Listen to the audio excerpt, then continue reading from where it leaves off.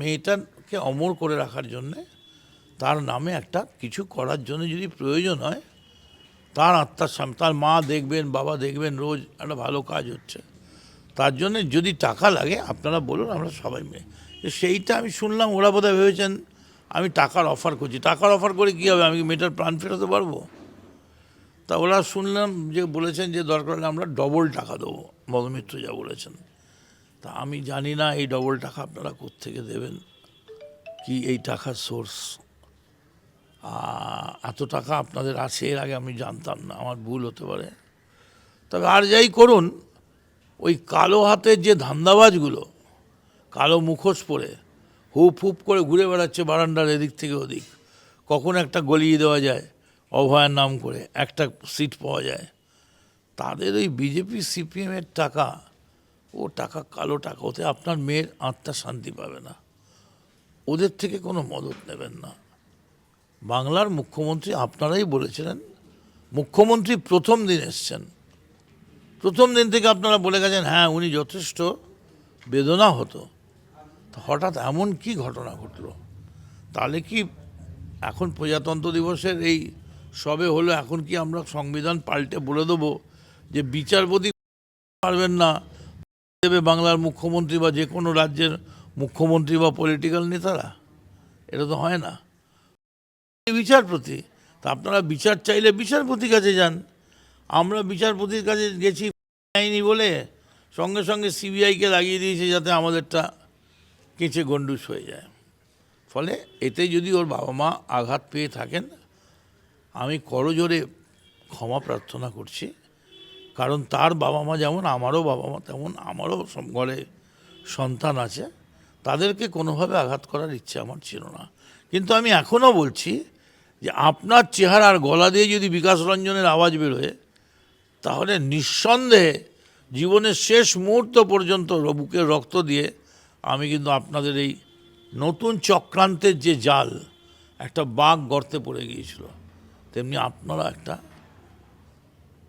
কালো জালের কাছে আত্মসমর্পণ করছেন, সেটা করবেন না। মূলত পুলিশের ওপরে ভরসা রাখা হয়নি প্রথম যে আন্দোলন হয়, ডাক্তাররা ভরসা রাখেননি, তারপরে সিবিআইকে দেওয়া হলো এবং ঠিক তারপর নির্যাতিতার পরিবার থেকে বলা হলো যে তারা মূলত যেদিনকে শেষ বিচার হয় সেদিন ফাঁসির দাবি করেছিলেন, কিন্তু ঠিক তারপর এখন বলছেন চান না। তাহলে কি সিবিআইও পারলো না এই কেসটাকে ঠিকভাবে প্লেস করতে কোর্টে? একটা যদি আপনি এটা বলেন তাই, আরেকটা হচ্ছে তাহলে কি বিচার ব্যবস্থার কাছে আমি সকালে একরকম বিকেলে একরকম বলে আমি বিচার ব্যবস্থাকে মানসিকভাবে বিভ্রান্ত করে দিলাম না? একটা বিচারকরা বসেছিলেন যে আমরা দেবো, এরকম একটা কিছু বিরল থেকে বিরলতম, হঠাৎ গিয়ে শুনলেন মেয়ের বাবা মা বলছেন হঠাৎ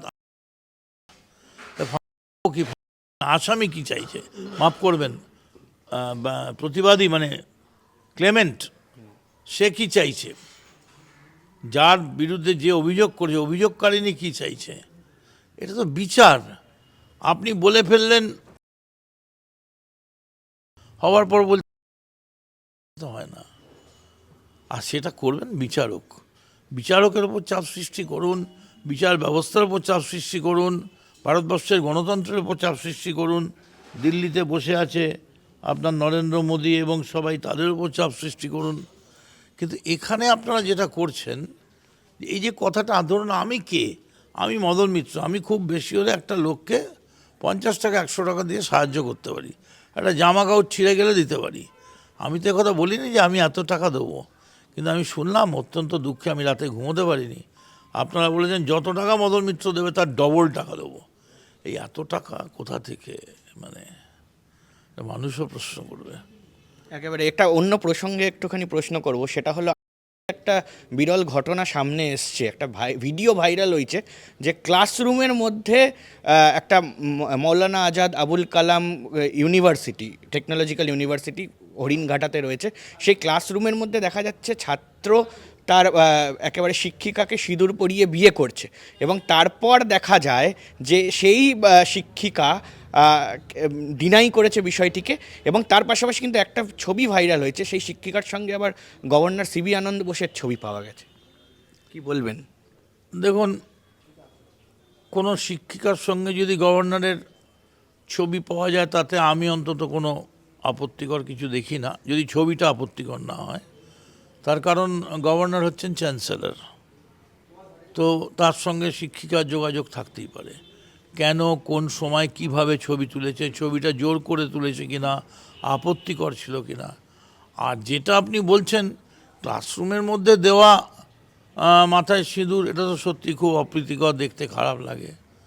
কিন্তু এমনকি এখন সুপ্রিম কোর্ট থেকে শুরু করে সব জায়গায় বলছে, যদি বোথ সাইডের অ্যাকসেপ্টেন্স থাকে, বোথ সাইডের যদি কোনো আপত্তি না থাকে, তাহলে তারা স্বাধীন জীবনে যা খুশি তাই করতে পারে, নিশ্চয়ই একে অপরকে না। সেখানে যদি শিক্ষিকা মনে করেন এই সিঁদুরটা তার ভালো লাগছে ছাত্রের দেওয়া, নিয়ে থাকতে পারেন, তার মধ্যে আমি কোনো, এমন সেটা ক্লাসরুমও না হয়ে কালীঘাট হলে দেখতে ভালো হতো, বিয়েবাড়ি যেত, হয়তো ব্যাঙ্কোয়েটে যাবার মতো ক্ষমতা ছিল না। কিন্তু শিক্ষিকার মাথায় সিঁদুর পরিয়ে দেওয়াটা খুব অন্যায় বলে আমি মনে করি না, যদি শিক্ষিকার আপত্তি না থাকে। এখন যখন শিক্ষিকা বলছেন তিনি পিছিয়ে যাচ্ছেন, তাহলে আমি ছাত্রকে বলবো আপনার সিঁদুর পরাবার আগে একটু কনভিন্স হওয়া উচিত ছিল। কতখানি মানসিক দখল ওই শিক্ষিকার মনের ওপর আপনার আছে। মেয়েটাকে অমর করে রাখার জন্যে, তার নামে একটা কিছু করার জন্য যদি প্রয়োজন হয়, তার আত্মার সামনে তার মা দেখবেন, বাবা দেখবেন রোজ একটা ভালো কাজ হচ্ছে, তার জন্যে যদি টাকা লাগে আপনারা বলুন, আমরা সবাই মিলে। সেইটা আমি শুনলাম, ওরা বোধহয় ভেবেছেন আমি টাকার অফার করছি। টাকার অফার করে কী হবে, আমি কি মেয়েটার প্রাণ ফেরাতে পারবো?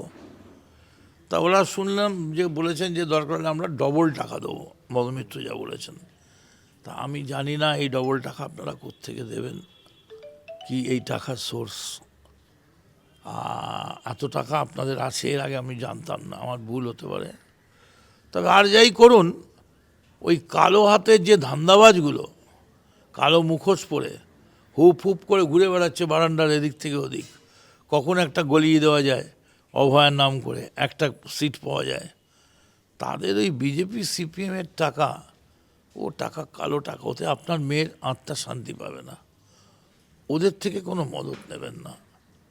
বাংলার মুখ্যমন্ত্রী আপনারাই বলেছিলেন, মুখ্যমন্ত্রী প্রথম দিন এসছেন, প্রথম দিন থেকে আপনারা বলে গেছেন হ্যাঁ উনি যথেষ্ট বেদনা হতো। হঠাৎ এমন কি ঘটনা ঘটলো?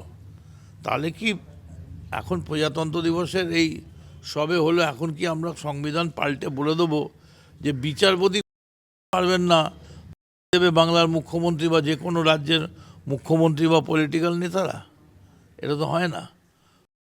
বিচারপতি, তা আপনারা বিচার চাইলে বিচারপতির কাছে যান। আমরা বিচারপতির কাছে গেছি বলে সঙ্গে সঙ্গে সিবিআইকে